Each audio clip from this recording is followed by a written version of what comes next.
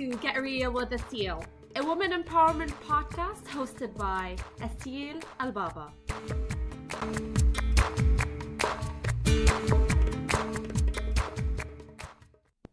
Hello and welcome to another episode of Get Real with Asil. Today is Monday, November 26, 2018.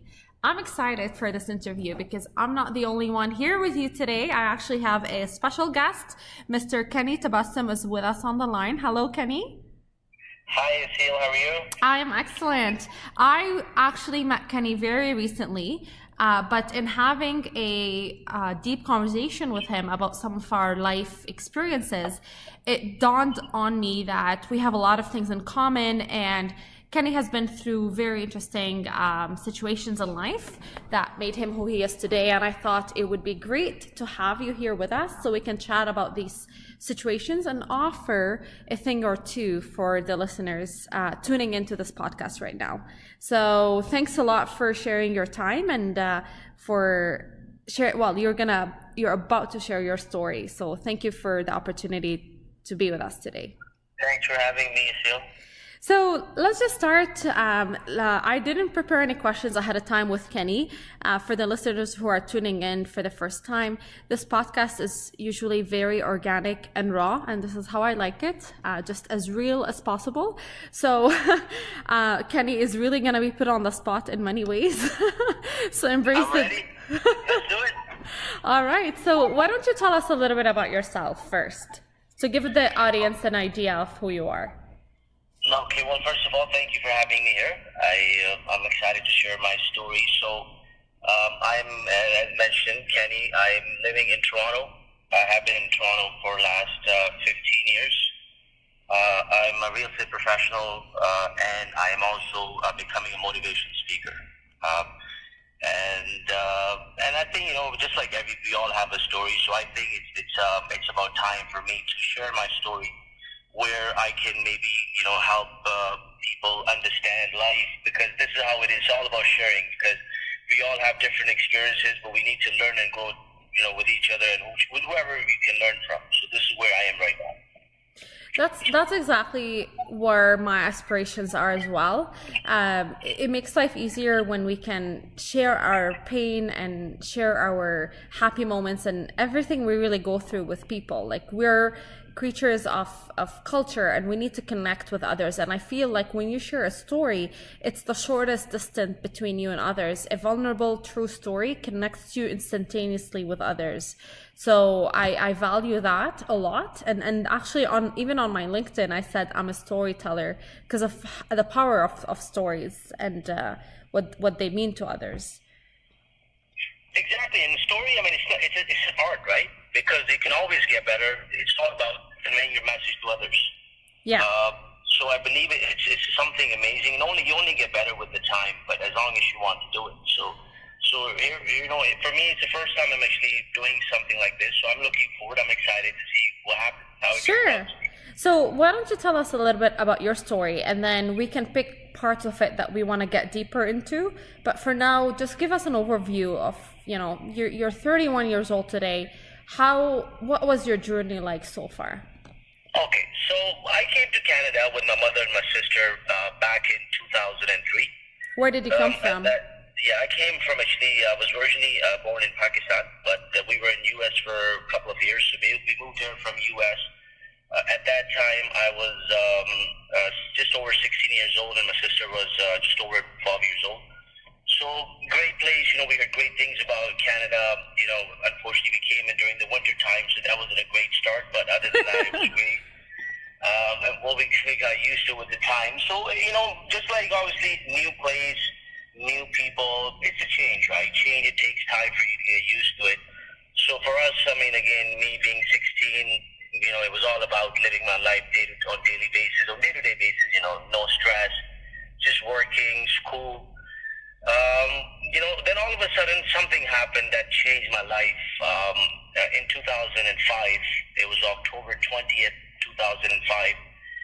At that time, I was 18 years old. I was in my grade 12, last year of high school, and I was planning to go to university, and at the same time, I wanted to become a pilot. So I was, prepping for that. And then one day around 9 o'clock, as I mentioned, October 20th, I get a call from one of our family friends saying that your mom is in the hospital. So my mom usually used to work, in the afternoon from 3 to 10 or 11. So at that time, she would be coming home, but we get a call from her coworkers, one of her coworkers saying that she's in the hospital. So we have to go see her. And I said, okay, I'm coming. But then they said, we need your sister to come too. I said, she's sleeping because obviously she has school the next day. But they said, no, we might need some blood, so you have to bring her with you. So I said, okay. So I woke up my sister. Here she's almost, just 14 years old, and I'm 18 years old. They pick us up. We go to the hospital. Now, to me, everything is normal. I mean, okay, maybe she wasn't feeling well, but I was kind of happy that she's not, at least not happy, but I was kind of relieved that she's in the hospital. So if we have any concerns, any problem, at least if we looked after. So we were just sitting in the waiting room, me and one of her family friends, and then we have a doctor, a paramedics, and one of the police officers came in the room, and they're like, "Are you the son?" And I'm like, "Yes." And this is exactly what they said. They said, your mom's heart stopped beating. I said, okay. We tried to bring it back. I said, okay. However, we couldn't do it. And this is when I am starting to think that I don't want to, but then I'm just quiet. But I felt like something is not right. So yeah, so we tried to bring it back, but we couldn't. She's no more. So it all of a sudden, boom, not like she was fine, she was well, she was only 49 years old, healthy, working. That day, it kind of changed everything. First of all, it took me a while. I mean, I'll be honest with you, again, it's been 13 years now, and it still feels like it just happened. But, so this is when the main journey started. Now here, I'm 18 years old. My father was back home. He was working there. He never came. So we're just, as I mentioned, me and my sister and my mother. So now my mother is no more. I'm 18. My sister is 14. I have to decide which direction I want to go. This is when God gave me the strength that I have decided that, look, my mother came here for us. She did her part. It's about time for me to take the ownership now, raise my sister, and do my best to be a successful man. Been through a lot, that time. It was very challenging. I mean, a mother is somebody I feel like it's something you can't replace. You can make money, you can get married, you can have a kid. I mean, you can buy, but whatever. But I believe the parent, or especially a mother, the kind of love a mother can give you, I don't think anybody can give you. So this is my message to all of you out there. If you have your mother, I know we get busy on our day-to-day stuff, but there's no harm in randomly treating her, making her feel special, because as somebody who doesn't have a mother, what they would do to spend time with her or make her feel special. So if you have a mother right now, you're very lucky. You should feel very special and make her feel special for that. Well, you gave me goosebumps. It's very, you gave me goosebumps. Oh, yeah. Because it's very true, and I always reflect on how busy our lifestyle in Canada is. I come from Lebanon myself, and back home we put such a big emphasis on the role of the parents and the grandparents and society in general. We have very strong social ties. And I feel like in Canada, in Toronto specifically, because that's where I live as well, we have such a fast-paced environment. We're working constantly, and it's not that you don't have these ties, but sometimes you don't have the time to nurture these relationships the way you'd like to, ideally. But I do make an effort to call my mom daily, at least give her a call daily, and I see her once or twice a week. But it's definitely something that, is very, I thank you for sharing that painful story, because I can't imagine what it's like to go through that pain. But I would like to ask you, actually, if you'd like to go there with me, what were some of your coping mechanisms? Like, you were 18 and you don't know much about coping with this type of pain. It's the first time you've experienced this loss, this magnitude. So what did you do to recover? How did you stand up on your feet again? I think the most important thing is you have to accept it, because nothing is going to change. My mother will never come back. So I had to decide that, look, how long? I mean, I'll be honest with you. As I said, it's been even 13 years and I still feel the pain, but I've accepted it. And I have decided to do something in my life where, I make my life count. And again, as I said, my mother was a teacher back home. She didn't need to come to Canada. She was doing well. She had her siblings there. Her parents were there. But she left everything and she came there for us so we can have a better life, so we can be successful in our lives. So I took that mindset and I have decided that, look, I have to be something in my life. I have to do my best. My mother, she's in a better place now. All the experiences after she left, every day was a new experience for me, because I was the kind of guy who never even wanted to buy milk from the store. So now here I have to do everything financially. My sister is 14. I have to make sure, she's okay, because she was very close with my mother. So she was also my motivation and making sure she's doing well. So for me, I mean, in terms of, I had accepted it. I wanted to do something in my life. I decided to move forward in terms of, just focusing on what I can do, because if anything that I cannot change, there's no point of me making it stop me from doing what I want to do in life. Absolutely. This life is a gift. Yeah. This life is a gift, right? You became a parent almost overnight, because 100%. Now, yeah. And but again, see, this is what, even I was talking to you the other day, that it's every day we grow. Sometimes we grow from good experiences, sometimes we grow from bad experiences. Not bad, but sometimes challenging experiences. So losing a mother, yes, it was very painful. It was very, very challenging, but I feel like it made me think the way I think now. It made me who I am today. So I thank God for everything. I'm very thankful for everything, for whatever I have, because I focus on what I have. I don't focus on what I don't have. Because if you focus on what you don't have, then you're wasting what you already have or what you have. So, because in this world, everybody has a unique story. Yeah. Everybody has there are good things, bad things. So I've learned that, I should just focus on the good things that I have in my life. Yeah. And I should be thankful and I should work with that. So let me take this a little bit different direction right now, because what you said is great and I absolutely believe in it.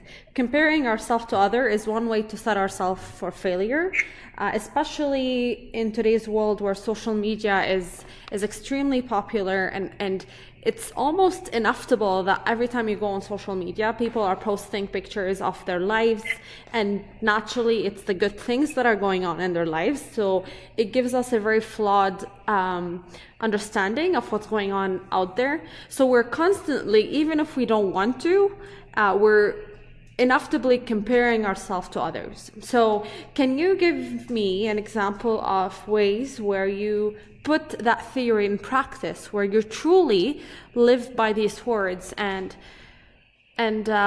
appreciate the things that you have and continue focusing on that? Because theoretically everybody will agree with you, but practically it's getting harder, especially with all these new things that are coming into our lives that maybe a decade ago we didn't have.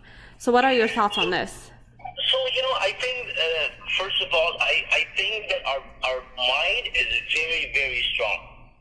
It's the strongest thing we have, our brain. We can do anything. Whichever direction you want to go, whatever you want to convince yourself, you can do it. So, first of all, you got to put your mind into what you think is right. Now, as you said, we should never compare ourselves with others, because that's the worst thing you're going to do yourself. Because as I mentioned at the start, everybody has a story. Everybody has good times, bad times, good things, bad things. But again, people are only showing you what they want you to see. So it's good, take it, but do not compare yourself with anybody else. Now, what I do is have no insecurity about you. You have to accept who you are. Everybody is unique. I am who I am. You are who you are. We have good things. We have to accept who we are. So this is when your insecurity goes away. So when your insecurity is away or gone, that's when you can be in peace and you can focus on what's important for you, and you're not concerned about what people are going to think about you. So Yes, before you accepted who you are, Kenny, what were some of the things that you were insecure about when it came to your own identity? You know, we always try to impress, right? We want to be liked. We want to be liked. That's the most important thing. Why do people post up if they want likes? And it's not authentic. I think it's all about, you know, in life, I think it's all about quality, not quantity. I understand that. Something on, you know, yeah, you can post something on you know, social media, and you'll have people from all over the world liking it. Now, that makes you feel good, yes, but it's like, how authentic is it? I understand that, but I was asking you if you were to now today, I can tell that you're a very confident man. You're comfortable in your own skin, and you take pride in everything that makes you who you are, and that's a great place to get to in life.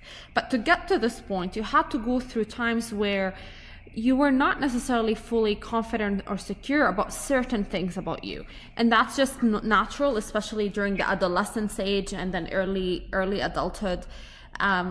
So let me give you some examples about myself to make it easier. So for me, back in high school or even middle school, I was never comfortable with my name. I didn't like my hair. I didn't like my weight. Like, there were just always the outer image. If I was to make it easier, like my physical appearance was uncomfortable for me, especially with body weight. And eventually my character as well, the way I think, was not necessarily normal. So I was bullied in school because of that. People couldn't understand me. My friends couldn't relate to me. I felt so isolated, and I really started trying to conform purposely so I can feel that I can fit in. And I cared more about fitting in than I did about standing out, because at that age, as you're growing and maturing, you just want to feel like you belong.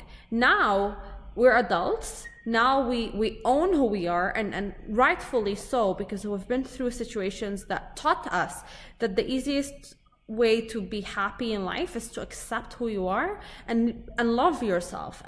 But that comes through experiences that teach us that. It doesn't just come overnight. It's one experience after the other that ingrains this particular principle about the importance of loving ourselves and the importance of accepting who we are fully and holistically.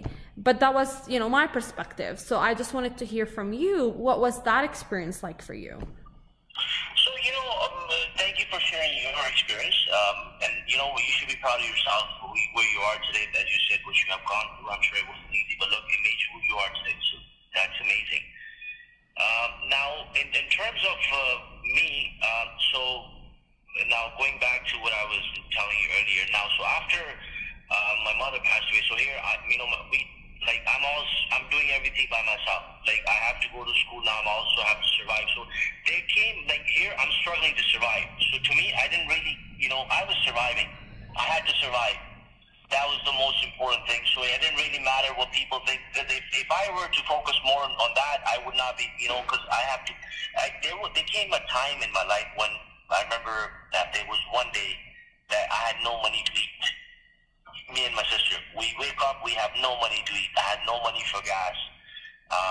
But, you know, when you go through these kind of things, like, you become very, like, it's you focus on you don't really care what people think, because you have to survive. And second thing, I would say, having some good people in your life. I was fortunate that I came across certain people in my life throughout, you know, after my mother, throughout the time, that I was always eager to learn from. I looked up to them. They guided me. They were genuine people, and they made a difference in my life. So for me, I thank God, this is something I've always accepted who I am. Again, I'm not, like, again, it's something that we have to accept. So that's where I would say. But in terms of mindset, as I said, it all comes down to your mindset. And mindset is all connected with the kind of people you have around you. What do you see? Where do you want to go? So then, when you focus on the goal, on the vision, you don't care about small things happening around you, because you're just focusing. Yes, there will be some challenges on the way, but because you're focusing on the big picture, you're focusing on the big goal, it won't stop you from going there. Yeah. And that's very beautiful. What you said is really good nuggets that our listeners can take away. So the importance of focusing on your own mindset, nourishing your own brain and mind, but also surrounding yourself with the right support group. So these are really good food for thought. Like, these are things that each require a lot of work, but year after year, you're building yourself internally, but you're also making sure that the external support system is available for you to rely on should you get to a weak point in life. Because you need both. You need the internal strength, but you also need external support, and they go hand in hand. So that's great that you mentioned that. No problem, yeah. So, and I just want to say something about life, right? I mean, it's, as I said, life is a gift, and it's all like, why do we live like we're gonna be here forever? Like, what's stopping us from living the best life? What's stopping us to have a best day every day? Like, why can't we celebrate every day? So when did you start having this mindset? It's a constant growth, but I feel like in the last 2 years or so, as I'm getting older, obviously when I used to be 23, 24, I used to think, I'm the smartest kid. But as I got older, you realize that, look, with the time, your thinking does change. It's based on your experiences, the people around you. So the mindset that I have now, it's something that I have discovered the last 2 years or so, that I try to celebrate every single day, because I don't know what's going to happen tomorrow. I don't even know if I'll be here tomorrow or not, especially what I have gone through in my life. So I look at it that way, that, look, if I want to do something, I should do. What am I waiting for? And the time, like, you can make money, as I've said, you can make money, you can build a home, you can, whatever you can do, but the time, every single minute, is precious. You cannot get it back. Why are we wasting it? Why aren't we doing something with it that we really want to do with that? Like, whatever makes you happy. Like, even the other day, I was having a conversation with one of my other friends, and we were talking about success. What's the definition of success? I think success is having the freedom to do whatever you want to do. That's the best way. Like, it's life. Like, we all work. Like, you may not be happy with what you're doing. You may not be happy with, you may want to do something, but you have a fear. Something is stopping you.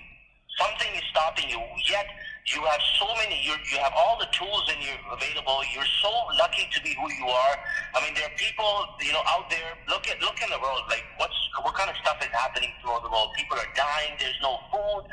Here we live in a great country. Wherever you are, we should work with what we have. We whatever, like, do your best. At the end of the day, we don't control the results.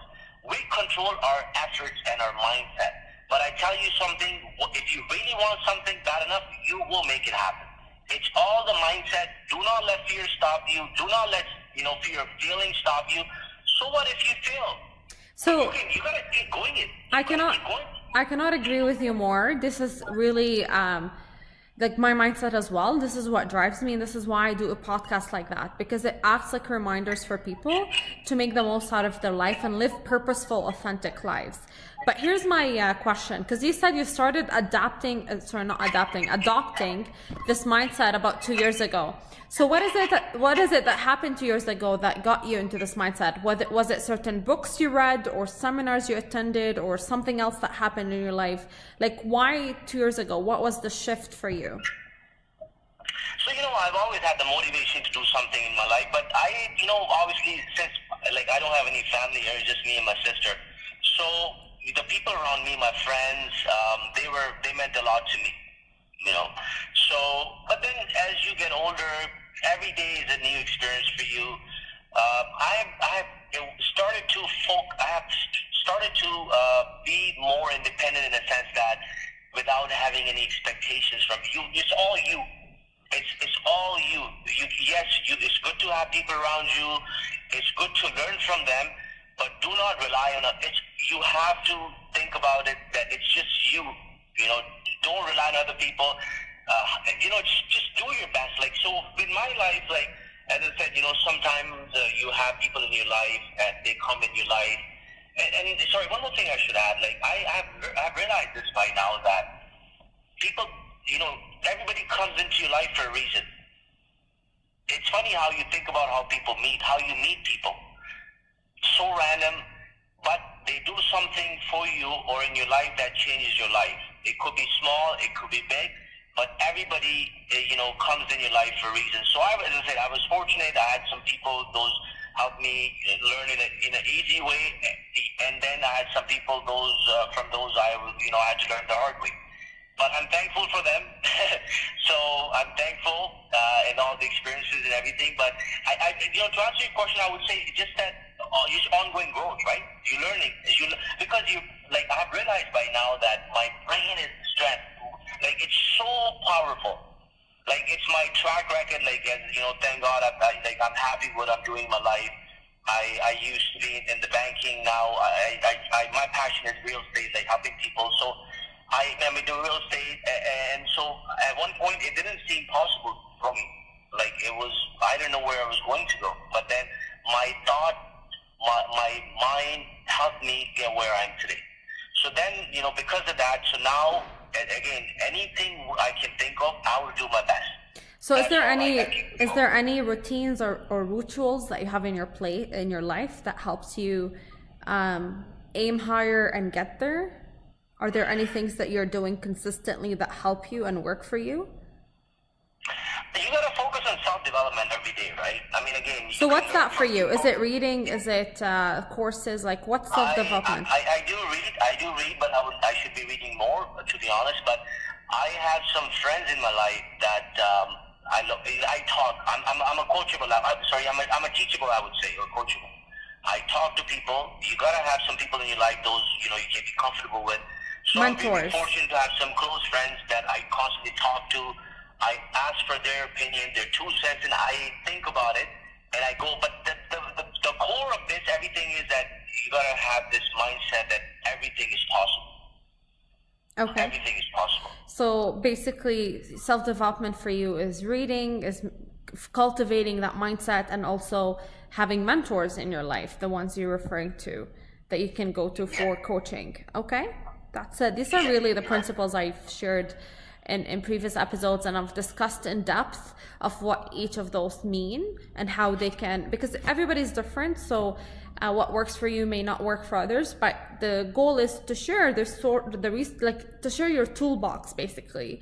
And basically your toolbox could be accessible for others that may also find some benefit from it. So that's why I like to dig deeper and into really getting to the practicality of things, because we can all get stuck in the theory of how amazing things can work in our head, but really we want ways to cultivate them on a practical day-to-day level. And that's really the nuggets that we can walk away with. Exactly, absolutely. I mean, do your best, right? And do your best, and the time this time is very, very precious. We don't know how much time we have. So if there's something that can make you happy, go for it. Yeah. I mean, yes, it's never promised that nothing is going to be easy, but everything is possible. Nothing was promised to be easy, but you got to do your best. You have the capacity, you have the tools available, just have to do it. Take action. Take action. So I want to be respectful of your time, and we're approaching our 30 minutes mark. So I would like to ask you one last question.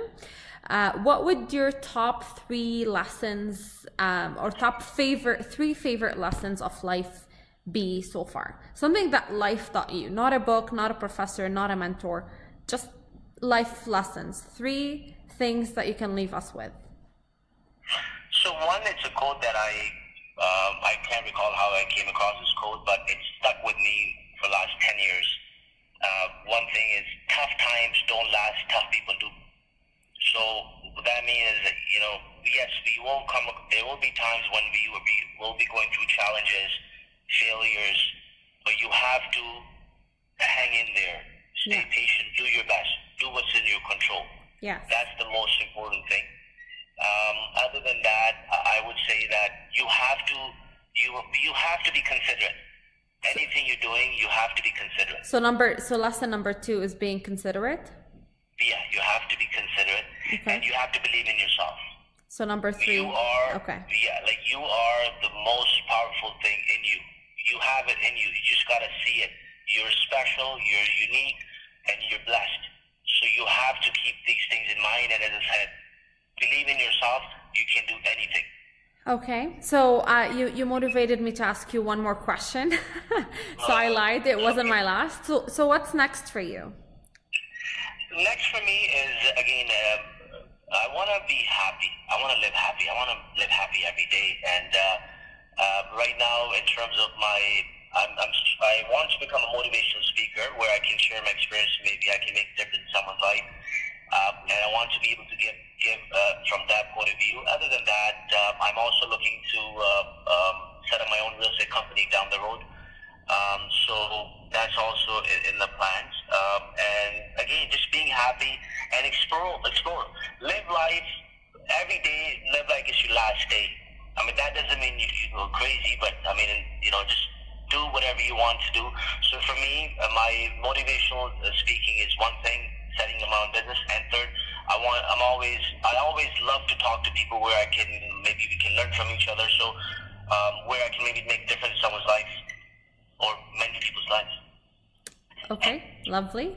Well, thank you so much. I really appreciated your humble approach, and you are somebody that is just beaming with positive attitude and confidence, and it's obvious how much belief you have in life and optimism you have in life. So it's really refreshing to talk to you, because unfortunately sometimes we lose sight of that, and it's important to be reminded that we are truly powerful and we are truly the best. With all the tools that we need are already within us, and we just have to touch them. And I feel like you gotta focus on what you have. Don't focus on what you don't have. I mean, you gotta accept the reality. This is what it is. So focus on what you have. Be thankful and just make the most of it. That's it.